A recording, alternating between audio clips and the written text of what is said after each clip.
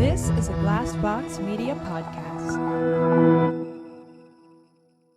Stoicism. It's all about being resilient and self-reliant, right? It's all about being a man, needing no one, and having no emotional response to the external world whatsoever, right? Well, if that's what you think Stoicism is, and you'd like to learn what actual, capital S, Stoicism is, the ancient Greek and Roman philosophy and virtue ethics framework centered around developing a good character and service to the cosmopolis, then hi, I'm Tanner Campbell, and I'd like to invite you to subscribe to my podcast, Practical Stoicism. Every weekday, I release a new episode focused on actual Stoicism, and if that's your thing, I hope you'll check it out. You can find Practical Stoicism wherever you already listen to podcasts or at stoicismpod.com. Wow, this person's trapped in the wrong story. And we got to get them out of that story. My name is Kevin Miller. I'm the host of the Self-Helpful podcast. So many of the books that we read about family relationships, it's based on a theory. Join me as I curate and translate the most effective self-help wisdom to help you elevate your personal experience and improve the way you show up for others.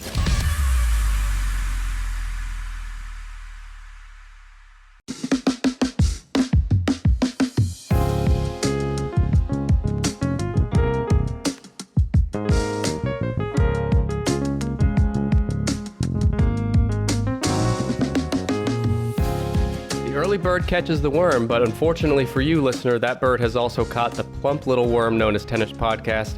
Hello and welcome to the show. I am your host, Nick Amell. Every week, me and one of my rotating panel of guest sidekick hosts try to guess the other's top 10-ish list. We also share fun facts, trivia, and of course, hot takes. My guest today, making her Tennis Podcast debut, is Jolenta Greenberg. Jolenta, how are you doing? I'm doing very well, Nick. Thank you for having me. I'm loving the art of what looks like maybe a Bichon Frise in the background, by the way. Why, yes. How observant of you. That is my childhood dog that my mother decided I needed a portrait of, and it has somehow ended up in my office. Your mother was right. But right. I love how every time you're ever on a podcast, probably that portrait's in the back. I love it. Yep, he's peeking over my corner like my little creepy guardian angel. What's his name? Or what was his name? His name was Oliver. Oliver. I love it. Yeah. Okay, well, Jolenta, no surprise to you probably, but you're based in New York. You're a comedian, yes, podcaster, pop culture commentator, self-proclaimed reality television historian. I want to come back to that in a second. Okay. You're also the co-host of the podcast How to Be Fine. You also hosted and created the popular podcast By the Book, which has been featured in Time Magazine, The Washington Post, BuzzFeed, Buzz, Stylist Magazine, Bustle, and many more. And I just want to ask you, how fine are you today, Jolenta? And is there anything else the listeners should know about you? I am pretty fine, and I think you covered it all. That's it? The whole thing? Yeah. Wow, okay. You covered my entire career and body of work. No.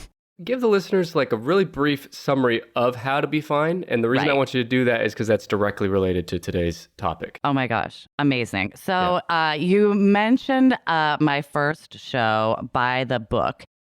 And How to Be Fine is sort of the next step in By the Book, or the next chapter, if we're going to go with some book puns. Oh, nice. Yeah, I'm sorry. I had to. For By the Book, my co-host, Kristen Meinzer, and I lived by the rules of different self-help books for 2 weeks at a time, very strictly. And we'd sort of report back and play clips of audio diaries. It was like a reality show meets book club podcast. After 10 seasons of that, we were like, let's transition a bit because lots of self-help trends are not books yet, especially like the most current ones that are, on TikTok and everything. Yep. And we wanted to be able to cover those. So that's what we do in How to Be Fine. We take a look and do a deep dive into a current self-help, wellness, betterment trend. And then we also take a few listener questions about the sort of self-help betterment arena, because after 10 seasons of living by self-help books, we get tons of questions from listeners about the industry, about betterment. So we thought, let's answer a few. And that's How to Be Fine. That is How to Be Fine. And we're going to find out just how fine you are today, because the reason I asked you that, or wanted you to cover that, is because I think if I were to summarize your podcast into one word, it might be the word advice. It's a good one. Yeah. And what is advice if not a proverb. Today, you're going to be guessing the top 10 proverbs. Oh, wow. And I'll give you some guidelines. This comes from preply.com, which is a language teaching website. Proverbs are traditional sayings that are particular to a certain country. They are short, wise sayings that usually offer some kind of advice or capture an idea found in life.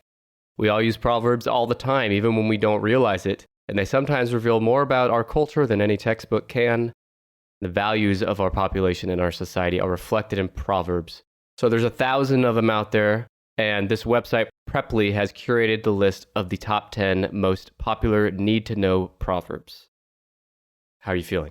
Oh, man, I'm nervous. My mind is racing. I'm like, what proverbs do I even know? I feel like I know zero, but hopefully they'll come to me. You know them. Look, proverbs is maybe like a misleading word because the early bird catches the worm.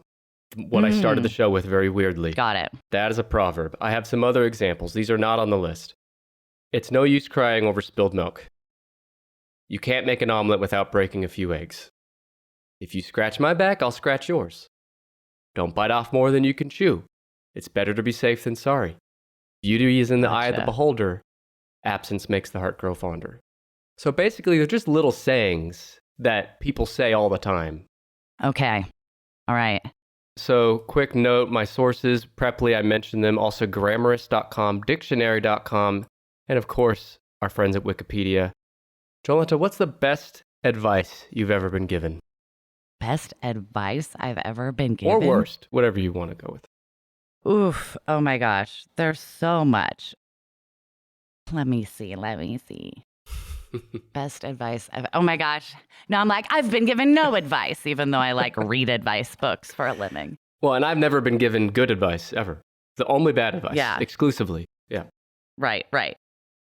I always liked this little simple thing my mom used to say, which was just be where you are. Oh, yeah. It's just a nice, simple one. Your mom's coming up a lot today. Oh, shit. Yeah. She gave you the portrait of your dog.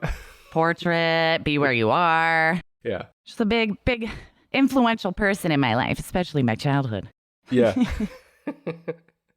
Be where you are. And that's, of course, my interpretation is be present in the moment. Yeah, right? like stay in the moment, try to stay in the moment.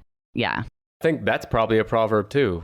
Probably. Again, these 10 you're going to guess, they're all extremely common. I wouldn't even be shocked if you've heard them today, like just in everyday conversation. Whoa. So let's do it. Let's do the top 10 most popular, most famous proverbs. Is anything coming to mind off the top of your head? I mean, the first thing that comes to my head is probably because I've done a podcast about books for so long, which is don't judge a book by its cover. I was hoping you'd say that one first. Yay! That is on the list. It's number 5. Number 5. Don't judge a book by its cover. Okay. For this list, I'm going to go through the meaning of each proverb, the origin of the proverb, cool. And then you're going to tell me at the end, is this good advice, yes or no? Some of these are very obviously good advice, but there's a few kind of maybe outdated, I think. So we're going to do some proverb busting today. Nice. Don't judge a book by its cover. It's an admonishment to not judge someone or something simply on appearances. It first showed up in George Eliot's The Mill on the Floss from 1860, but the modern version of the phrase appears in 1946 in Edwin Rolfe and Lester Fuller's murder mystery, Murder in the Glass Room. Nice. What do you think of this quote, or this proverb? Well, I like that it was popularized by like a murder book. That's fun. In a glass room, too. Yeah, I like it. If I was to give a proverb to a murderer or just advice in general, wait till they're out of the glass room. Because people can see in there, blood will splatter. Yeah. It's just not an ideal place to murder. Yeah. So what do I think of don't judge a book by its cover? I think that's actually pretty good advice. Like, I probably wouldn't be like married to the guy I'm married to had that advice not applied. Whoa. I know. I'm a bitch. No. Mostly I'm tall. And for a long time, I had it in my head that I was like, I will only date someone my height or taller. I'm like almost 6 feet tall. And my now spouse is like 5'8"-ish. Ooh. Gave up a few there. And it's like there's a height difference. Yeah. when we first hooked up, I was like, oh, it can never be. He is too short. And my roommate at the time was like, are you crazy? Like, what? Why would you write something off literally just because of a few inches? And I was like, you're right. Probably shouldn't judge a book by its height. Judge a book by its cover. But your husband, see, he was only going to date women taller than him. So it worked out for him. Who knew? Yeah.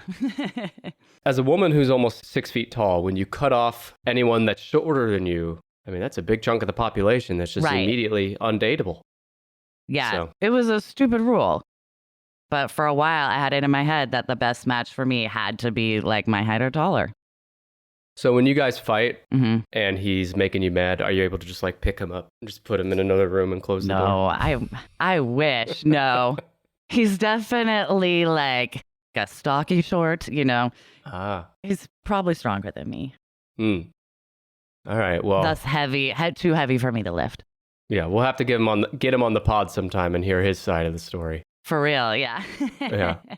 All right, well, don't judge a book by its cover. I think that's good advice. That's kind of timeless because not just with physical books, which also applies. Totally. But also with people, things, you never really know all the time. Although sometimes you do, I guess, but it's still good advice. Do you have another proverb in mind to guess? This one is probably not on the list, but it's the first one coming to mind or second one. A bird in the hand is worth two in the bush. That's a good guess. It is not on the top 10. Yeah, I thought it was a little wordy to be a top 10. A bird in the hand is worth two in the bush. That's two birds in the bush we're saying there, right? There's two birds in the bush? So go with what's a sure thing, I think is sort of the thing versus like a hypothetical. Like, I think there are two in the bush. Be like, well, you have one in your hand. Why don't we just, I mean, it's just the evolution of language, but why don't we just call shit what it is instead of like making these like weird sayings. Yeah. Although, I guess I'm going back on because I think Don't Judge a Book by Its Cover is objectively a good one. But, again, that one's a good one, right? Yeah. But there's bad ones too. Okay, well, give me another guess. Preferably a good guess and not another bad guess. Oh no, this one's another bird-related one. I doubt it. Now I'm doubting myself. Don't count your eggs before they hatched. Oh no, I thought you were gonna go with the much more violent. Kill two birds with one stone. Oh, that's another great bird one. There's a lot of bird ones. Because the early bird I opened today, too. Early bird catches the worm, right. Apparently birds are just a huge part of the culture here. Ripe with idiom. And why are we killing birds with stones anyway? What do you need the bird for? I don't know, to eat? Are you eating birds? I guess you're eating like chickens and things, but when I think of a bird, I think of like a robin or, Like a flying bird. I always sort of thought of like a pheasant. Yeah, okay. That makes sense. So how many birds have you killed with stones today? 0. I don't think I've ever in my lifetime killed a bird with a stone. Seems hard. Have you killed a person with a stone? No. Okay. Have you killed I've never thrown a stone at a person? I don't think I've killed anything other than maybe a bug with a stone. Maybe a bug? You don't even know if you've killed a bug? I've probably killed a bug with a stone. All right, thank you. You got to be honest on this show. Most likely. Do you have any other bird-related proverbs you want to share? What about an apple a day keeps the doctor away? Yes, see, I told you do great. That is number 6. Number 6. Okay, I'm starting in the middle. This one is controversial, as we'll get to. Ooh. So apples, they are rich in vitamin C, which is vital to our health, but this proverb means that proper nutrition contributes to good health and fewer visits to the doctor. And if you strip it down to its simplest definition, that's true. The healthier you are, the better you eat. In theory, the less times you'll go to the doctor. In this English proverb, apples are a symbol of healthy foods and proper nutrition, but a variant of the proverb, which is eat an apple on going to bed and you'll keep the doctor from earning his bread, which I like much better. Yeah. That was recorded as a Pembrokeshire saying in 1866. But the modern version, which is an apple a day keeps the doctor away, that began in 1887, although I don't have a source for where that started. Now, the reason I said it's controversial is because many people have asked, well, is this even true? If you took this literally and you just ate an apple a day and you didn't do any other thing to contribute to proper nutrition, will that keep the doctor away? Well, actually, I have some science on that, but first I want to hear your take. Do you think if you ate nothing but apples, breakfast, lunch, and dinner, you could have multiple apples, you could have You could have applesauce, apple juice. That's pretty much it. How long do you think you're going to keep the doctor away? I mean, I feel like eventually there would be some like nutrition issues if you were only eating apples. Like you're not getting all the right vitamins, like probably not enough iron and such. I don't think an apple a day actually keeps the doctor away. Well, you non-believer, a 2013 study using computer modeling compared eating apples with taking a common daily cholesterol-lowering drug to estimate risk of cardiovascular disease. The computer model estimated that eating an apple a day was generally comparable for people over age 50 to using a statin drug to reduce cholesterol. What? Concluding that eating an apple a day is able to match modern medicine and is likely to have fewer side effects while having a similar annual cost. What? That's incredible. Yeah. I stand corrected. So everyone throw the drugs away. You don't need that prescription medication. Replace it with an apple. And similar annual cost, it says, which is weird. That's great. I love that. Fewer side effects. Oh, man. Yeah, but eating an apple a day, I'm kind of with you, despite the model I just read. I think you're going to have issues, but it is better than eating like a Big Mac every day like that guy did in Super Size Me. Yeah. No, he got really sick. Yeah, there are worse things and better things to eat every day. Right. But it's a pretty good baseline. So are we... Wow. Gonna go get some apples. How about them apples? Them apples are healthy. All right. That's the answer. Don't think we can end better than that. I don't know.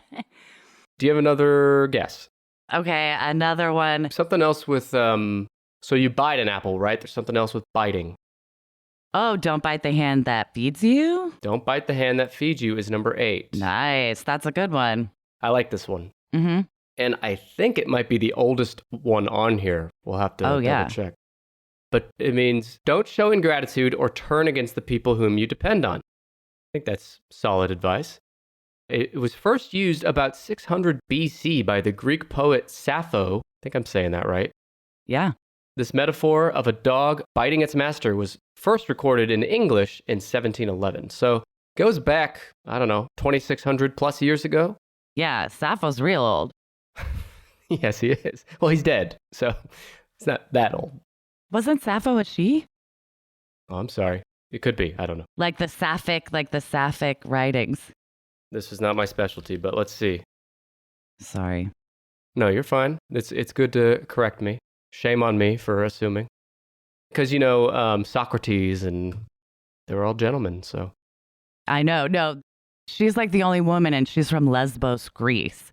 And that's why sapphic stuff means lesbian-ish stuff. And Lesbos is lesbians. Lesbo. I took a gender, sexuality, and literature course in college and it's all coming back to me right now. Yeah, well, it paid off because you're right. That. She's a woman. She is known as the poetress or the 10th muse. She's like the one woman that was writing. Most of her poetry is now lost. Yeah. This is crazy. We're sidebarring here now, but listen to this. Most of Sappho's poetry is now lost, and what is extant has mostly survived in fragmentary form. Only the Ode to Aphrodite is complete out of all her poetry. Oh, wow. Mm-hmm.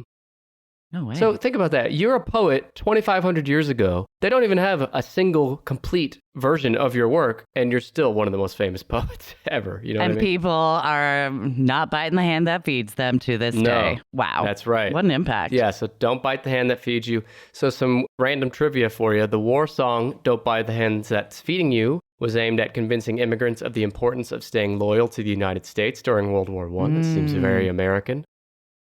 The song was composed by Jimmy Morgan, and the lyrics were written by, who gives a fuck? The piece was published in New York in 1915. So. Wow. What do you think of this advice? I think it's good. And then I don't like that it was used as propaganda to keep immigrants loyal.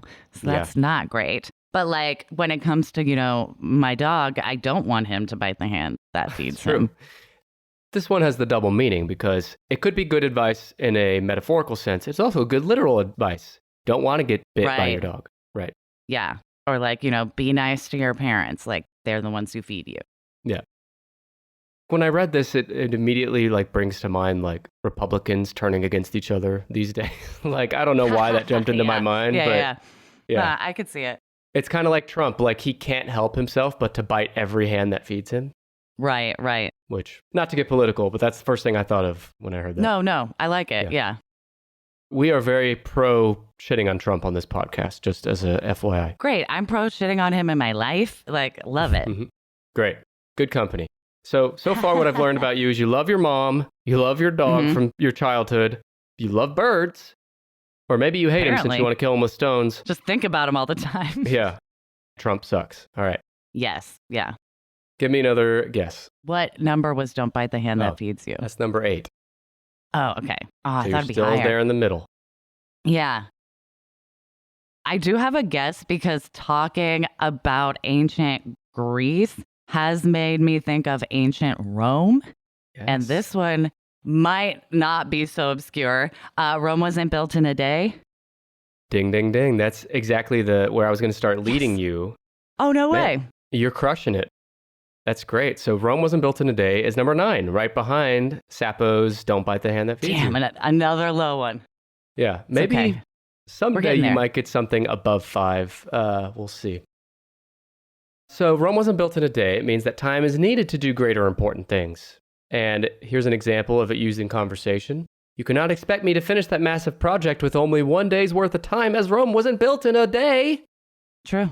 But the saying originated in France. In medieval times, the collection Les Proverbs à Vilaine, which was published in 1190, was the first publication to mention this proverb. That's pretty old. Yeah, but the English version goes back to John Haywood's A Dialogue Containing the Number in Effect of the...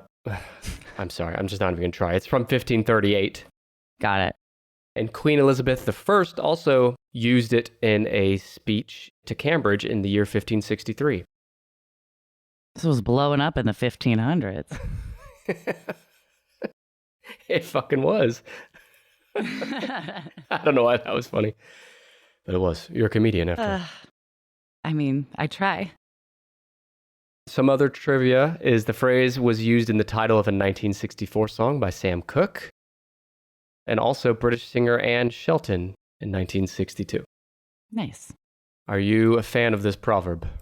I like it. I do. I like it. I think it's a good one.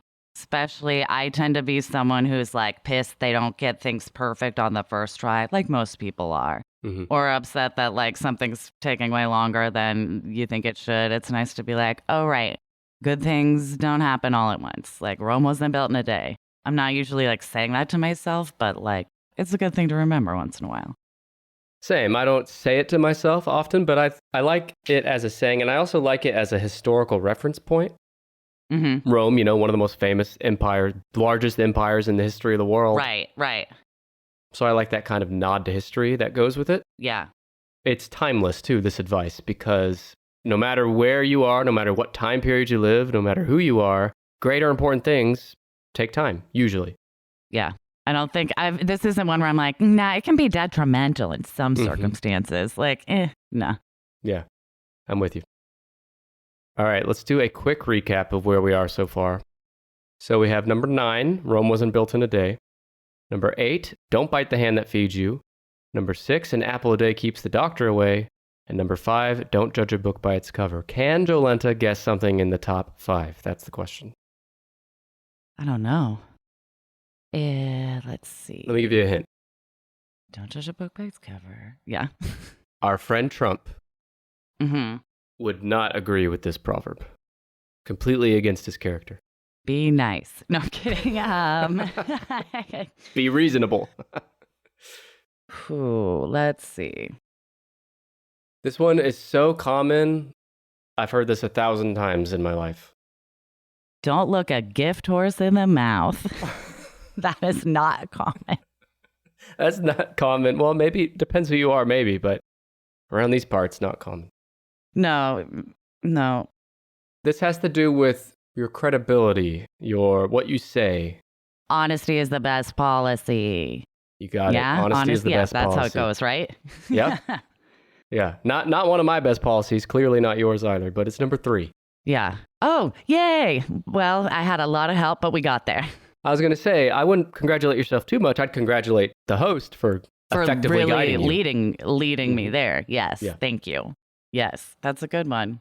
All right, honesty is the best policy. Number 3, it means that it is better to tell the truth than to tell a lie, no matter the consequences. I'm going to come back to that because I don't know if I agree. Mm-hmm. Sometimes it is difficult to tell someone the truth because of the possible repercussions. Someone may think less of you to tell the truth. You may lose a business deal, or you may even incur a fine or jail sentence. This comes from that website I mentioned earlier.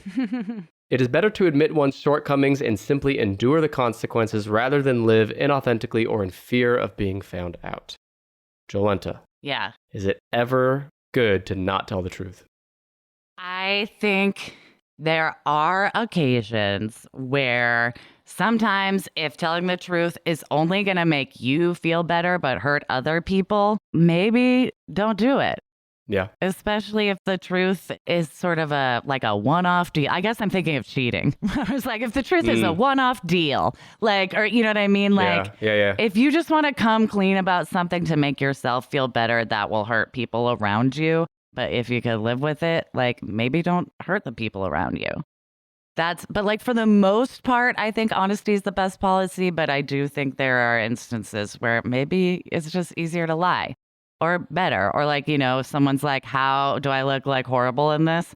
Occasionally you're going to say no and the answer is yes, Always. Let me give you a scenario. Because if I'm hearing you right, it sounds like if a serial killer is ready to confess his crimes, he shouldn't do that because he might hurt the families of the victims. Wait, shit, That's what you're saying? No. I can quote you on that? If the law is broken, confess. If the law has been broken, if this is a little interpersonal thing, that's what I'm going for. Good clarification. Okay. Mm-hmm. So serial killers should turn themselves in because honesty is the best policy. Yes. Yes. This saying is often attributed to Ben Franklin in the 1700s. However, the phrase may be traced to Sir Edwin Sandys, an official for the Virginia Company, which founded the first American colony in Jamestown, Virginia.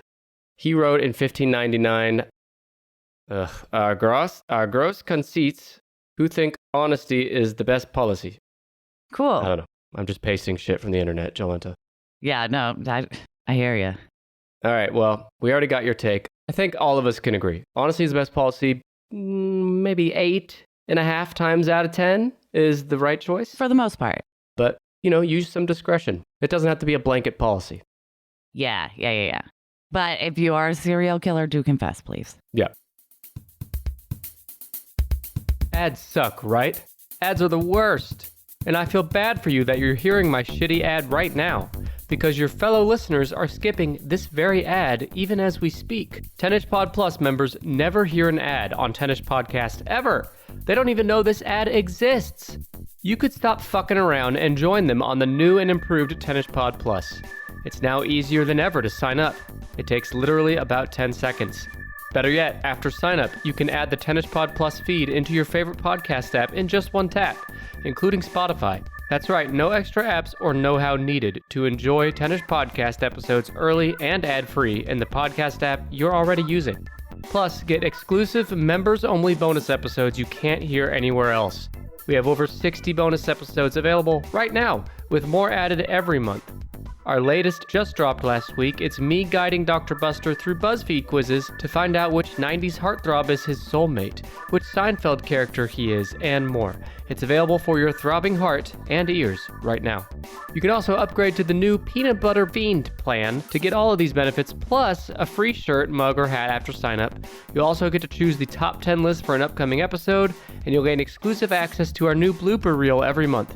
Peanut Butter Fiends can also watch a full video format of every week's episode, unedited and uncut. To get started, just go to tennishpod.com/plus. Pick the plan that's right for you, starting at just $2.99 per month. And all plans come with a free 7-day trial. Try it out and cancel anytime, no commitment. If you're an Apple Podcast listener, you can also sign up from right within the Apple Podcast app. Just go to our Apple page and tap the Try Free button at the top of the page. With just one tap, your 10ish Podcast feed will instantly refresh with all of our ad-free and bonus content unlocked. It's that simple. Go to tennishpod.com/plus to join now for your free 7-day trial. After that, you'll never hear an ad like this one again.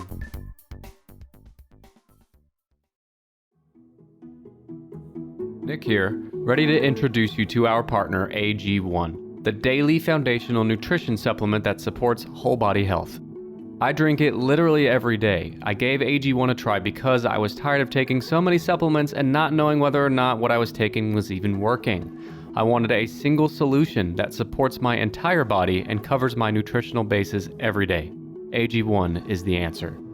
Since I've been drinking AG1, I've noticed I have more energy throughout the day. I wake up feeling well rested and I just generally feel good for the first time in my life.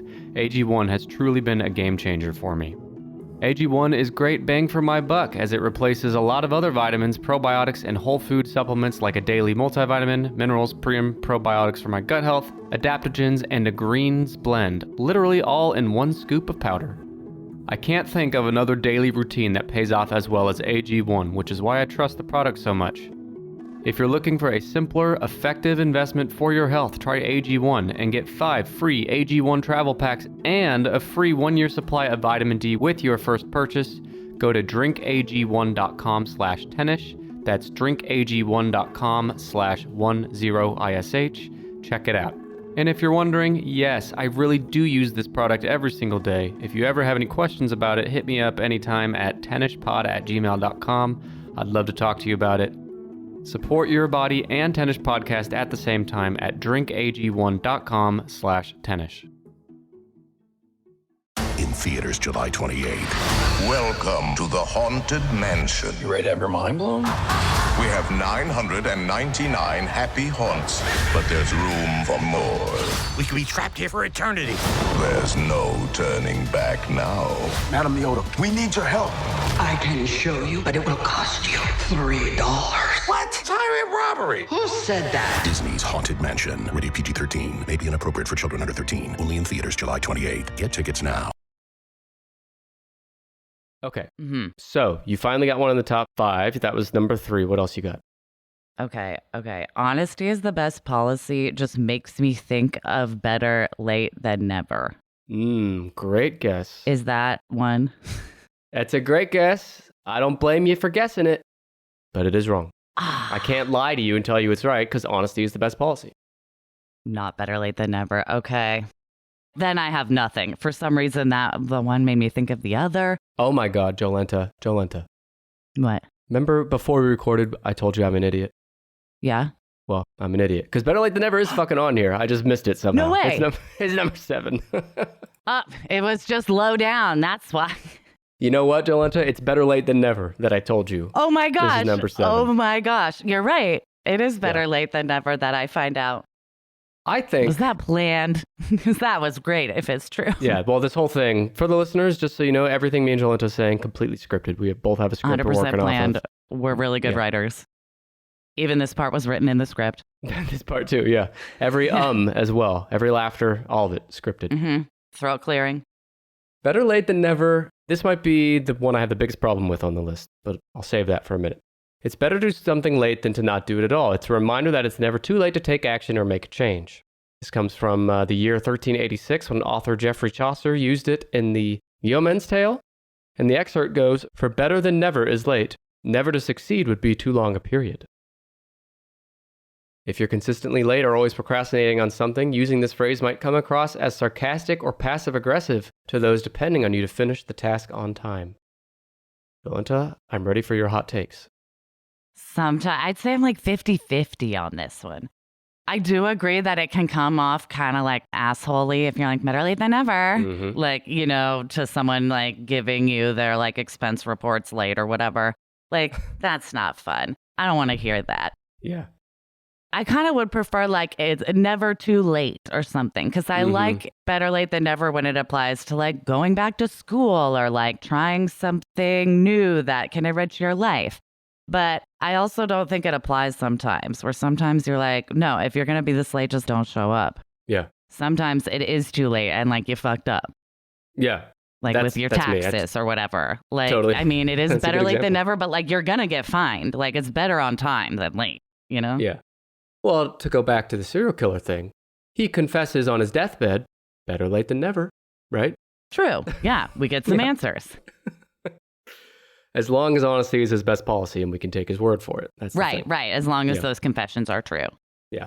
But I'm completely with you. I think this is a 50-50 one. A lot of times it is better late than never, but a lot of times just don't even bother fucking showing up. You know, it's too late. Or it's actually a detriment that you're here and late than not here at all. Mm-hmm. Yeah. So that's better late than never at number 7. Okay. I'm going to pause real quick before you give another guess. All right. I asked my listeners on social media for their nominations for the best proverb they've heard. And I have a few I want to read to you here. Maybe this will kind of jog a few new guesses for you. Nice. Yeah. So the first one comes on Twitter from Twisted and Uncorked. They said, never settle a definite for a maybe. And I think that's very similar to the better bird in the hand than two in the, how's it go? Yeah. The bush. Now I don't even know. Now I can't even say it.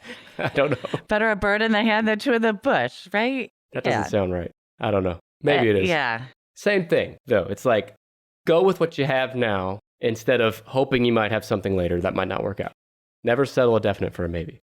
A bird in the hand is worth two in the bush. There it is. There it is. See? There we are. Sorry. It All right. comes to me. We're back. I have another one here from Walk. Yeah. He on Instagram said, a broken clock is right twice a day. Oh, that's a fun one. Yeah. I think it's fun, but is it that useful? I don't know. Nah. It's just sort of a funny thing to say. Mhm. Right? I feel like it's a good button, like when someone who's known as like clumsy does something really graceful, like you can be like, broken clocks, right? Like twice a day. Or you're talking to an idiot, like, again, we've established me. You're talking to an idiot. Even that idiot can be right twice a day. Right. Yeah. He can be right sometimes, even if he's wrong most of the time. So that's all right. Just 3 more here. Project Skeptic on Instagram said that a falling knife has no handle. Whoa. I've actually haven't heard that one, but I like it. I don't think I've heard that either, but it's cool. Falling knife has no handle because obviously, unless it's broken, every knife has a handle, you know, the stick you hold on to. But if you lose it and drop it and it's falling, you no longer have a handle as in, you know, your hand gripping it, which could be a metaphor for you don't have a handle on your shit. Your life's fucking a disaster, maybe. Yeah. It's a good one. Okay, I have a nomination for the worst proverb they've ever heard. Yeah. This is interesting. So this comes from RA_andom_private on Instagram. Fool me once, shame on you. Fool me twice, shame on me. I don't know what their problem is with that. That is an annoying one. I don't know why. I like it, but it's also annoying. Well, all these are fucking annoying. Yeah, I guess that's true, really, right? Yeah. We haven't covered any of them that aren't annoying. But this one is, one second. I'm going to let my cat out. Oh, that's that bell. Yeah. His little bell on his collar. I see.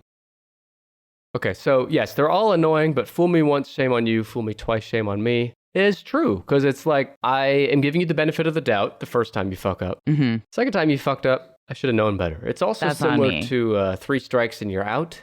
Yeah. Like, I've given you 2 chances, but on the 3rd strike, your ass is grass. Grass, by the way. Store that away. That's a hint for another one. I literally already just thought of one. That probably the thing I was like, wait a minute. Yep. All right, one more feedback here. This comes from Calvin on Twitter. Always listen to Tennis Podcast. Had to end on a high note. It's a quality one. Yeah. Pretty straightforward, you know. Straightforward and no ambiguity about it. Not sometimes, not like on Thursdays, just always. Always.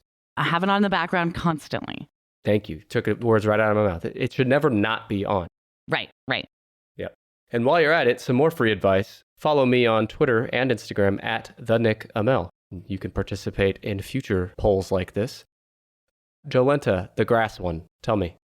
The grass is always greener on the other side. Yes, although the complete version is the grass is always greener on the other side of the fence. Oh. So I don't know if I can give you credit, but I'll tell you it's number 4. I can get like a 0.5, like half credit. Yeah, I'll give you that. The grass is always greener on the other side of the fence means that other situations always look better than one's own, but in reality, they probably are not. For instance, you may believe that working for a certain company will be more pleasant than working for your current company, but in reality, you will probably find out that all companies have the same sorts of problems. This one's kind of annoying too. Mm-hmm. Again, they're all annoying, but yeah, I find myself thinking of this one a lot because it's human nature to want what you don't have. Right. It's human nature to be jealous and think that you have worse than others. Right. But in every case, there's always someone that has it better than you, but there's also always someone that has it worse than you. You know? Right. The expression grass is always greener on the other side of the fence came into use in the early 1900s. However, the sentiment is an old one. We're going back to a Roman poet, Ovid or Ovid. Do you know this one? I think Ovid is how I've always pronounced it. Ovid. He was from 43. Sorry, there I did again. I don't know. He or she is from 43 BC. I think that one's a he. Ovid wrote, "The harvest is always more fruitful in another man's field." Very similar. The proverb, "the grass is always greener on the other side," is shortened to simply "the grass is always greener." I like Ovid's version better, but yeah, whatever. I think it makes it more clear, like, what you're jealous of. His fruit. Yeah, his bounty, apples. you know?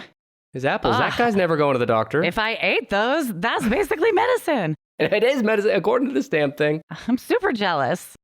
How many ancient Roman people have we quoted today? I think that's the third one. They were turning out some strong proverbs. It's funny that these people that lived thousands of years ago when, they don't know what a bath is and they're shitting in the river, they are also coming up with these proverbs that we still use to this day and beyond. Yeah, it's wild.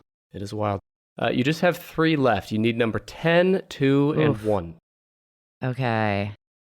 Grass is always greener. Like, that one's going to get me to the next one.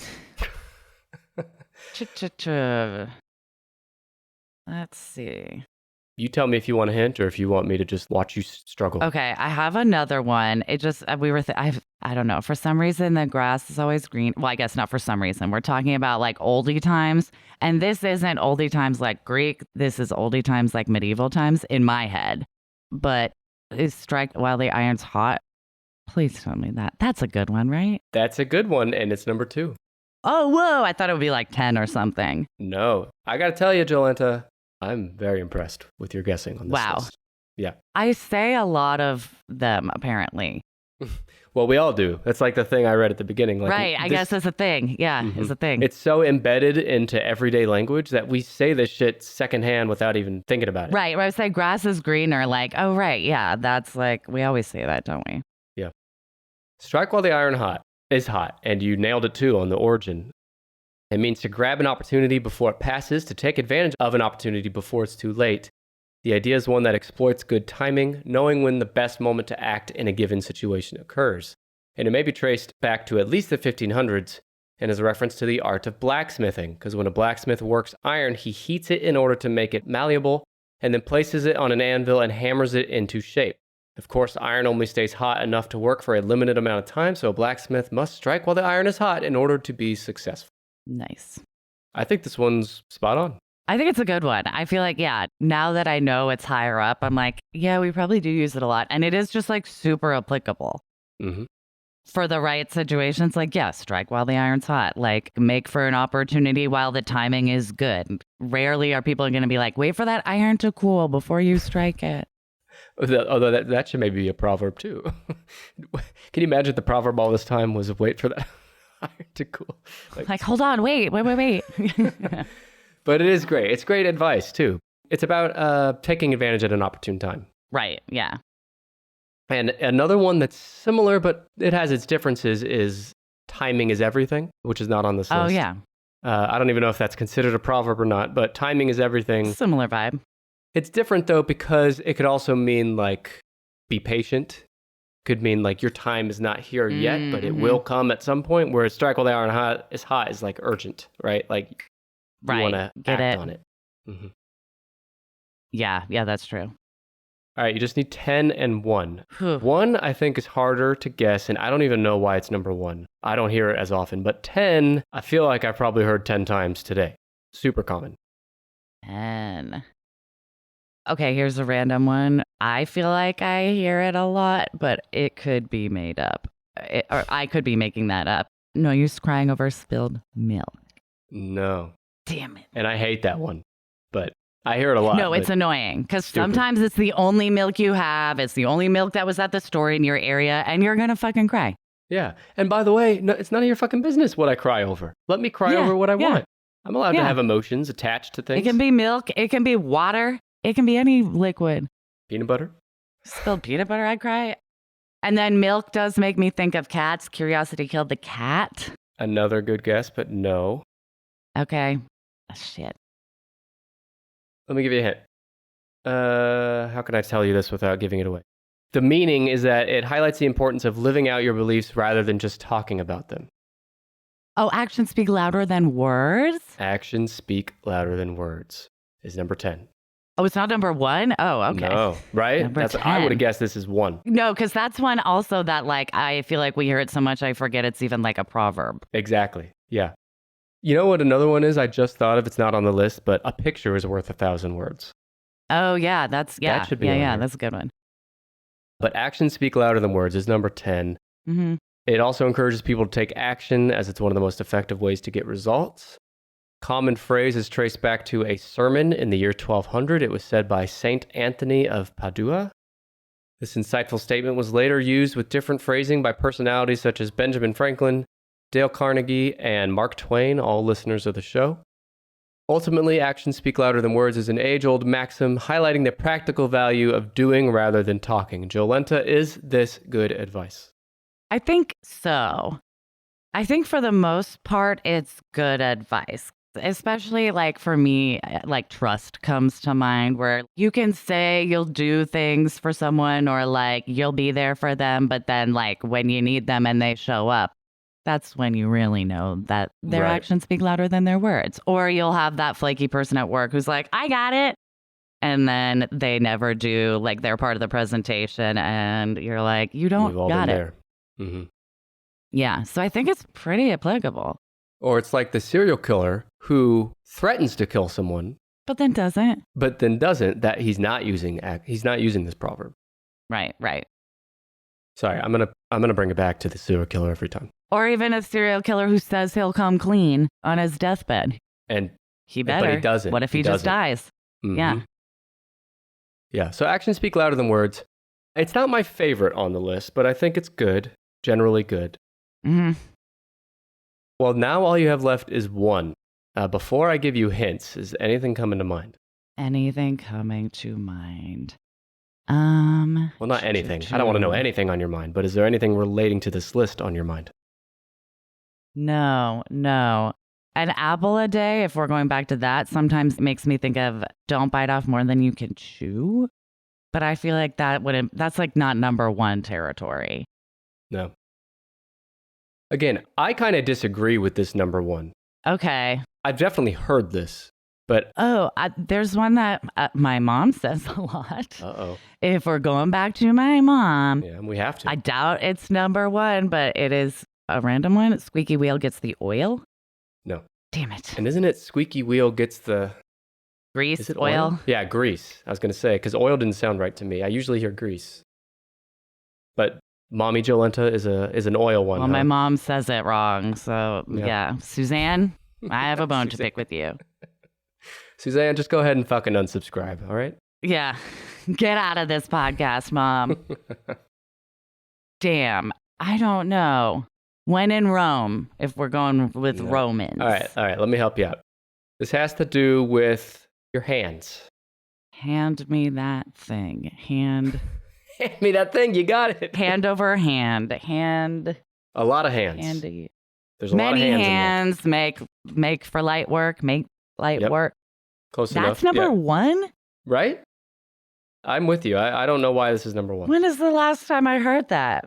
I don't know. Maybe my fucking grandma at like after church one day. I don't know. Yeah, it would be like my mom when she's like trying to convince me to like rearrange her furniture or some shit. Sorry, Mom. I'm just shitting on you now.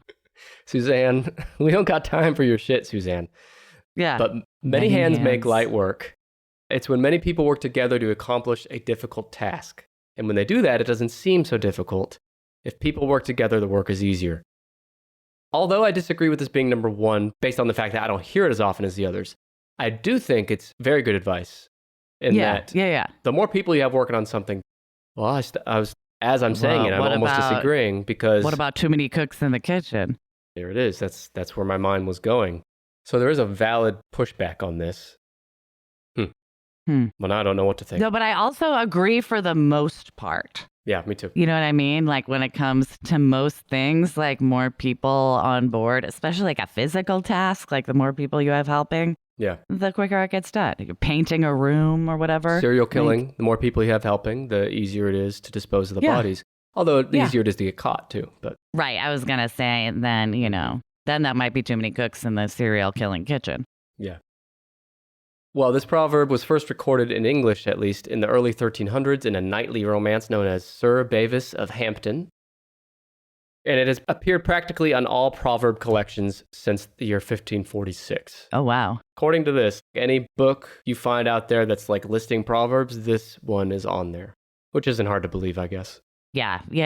I guess that makes sense knowing like it's this old, or you know what I mean? Like, I can see why it could be number one just based on like longevity. It's been around forever, and it's like an institution in Proverbs. Right. All right, well, I'm going to go back through the top 10. While I'm doing that, I want you to think about and tell me your favorite of these, or the ones that you think are most useful, however you want to judge your favorite. The 10 most famous, most common proverbs in the English language. Number 10 is actions speak louder than words. Number 9, Rome wasn't built in a day. Number 8, which is the oldest origin on this list, don't bite the hand that feeds you. Number 7, better late than never. Number 6, an apple a day keeps the doctor away. Number 5, don't judge a book by its cover. Number 4, the grass is always greener on the other side of the fence. Number 3, honesty is the best policy. Number 2, strike while the iron is hot. And number 1, many hands make light work. You did a good job, but now I need to know what is the best proverb from that list. Okay. If you were going to get one tattooed. Oh, I feel like I'm like tied. I'm tied. Can't do that. Oh. I think I like strike while the iron's hot. I like it. It's like got action. It's got heat. Like it's spicy, And it's practical. It's practical too. Right. I like the proverbs that are metaphorical and practical because you do need to strike while the iron is hot in either context. Right. I like that one. That's probably my second favorite. I think my first favorite is Rome wasn't built in a day. Yeah, that's a good one. Yeah. And I think my least favorite is better late than never.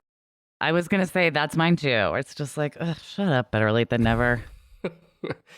Yeah. All right. Well, that is it. I know I said it before, but you did a better job than I think I would have done if I'd guessed. Whoa. I mean, I had really good hints, so. Yeah, that's true. That is absolutely true. Thank you. Well, speaking of advice, we talked a little about your podcast, How to Be Fine, but I definitely want you to have a chance to tell folks where to find that, how to listen, any upcoming episodes you're looking forward to, anything like that. We're at How to Be Fine. You can find us in any podcatcher, Apple Podcasts, wherever you listen, Spotify. How to Be Fine. We're on Instagram and Twitter at How to Be Fine Pod. You can see stuff there. We have some good episodes coming up. We're doing an episode about the cult Nexium, and we're going to have a very special guest talk to us. Oh, my God. Yeah. All right. Good to know. Yeah. So that one's really exciting. We also just did an episode about almond moms that people are really enjoying. That's sort of like don't eat too much mom culture that like scarred us all. Yeah. So yeah, we have some fun shows. I just listened this week to Going Damp. That's another fun one, which is like you're not dry, you're not drinking, you're just very mindfully drinking and probably drinking a little less. Going damp. Who knew? Yeah. And I think I'm physically damp right now because I'm sweating in this chair, but that's another thing. I'm sweating in this like closet studio. Well, Jolenta, this was a ton of fun. Thank you so much for coming on. Thank you. And what's some good like parting advice we could give the listeners as we sign off here? Oh man. I don't know. We should have written this in the script. Parting advice. This is terrible. Don't judge a podcast by its cover. Don't judge a podcast by its cover art. Thank you very much for saving us. Perfect. Thank you. All right. She's Jolenta Greenberg. I am Nick Amell. This is Tennis Podcast. Appreciate you listening, and I'll see you next week. Goodbye.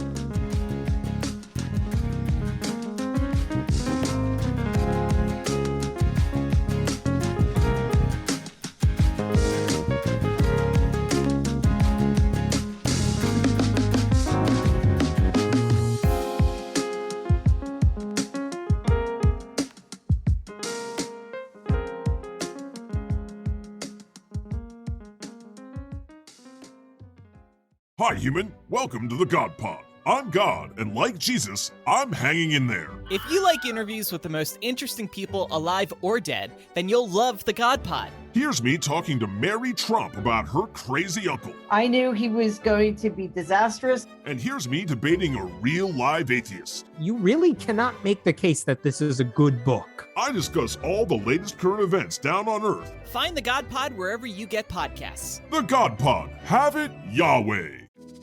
Ladies, are you ready for some real talk about the ups and downs of dating?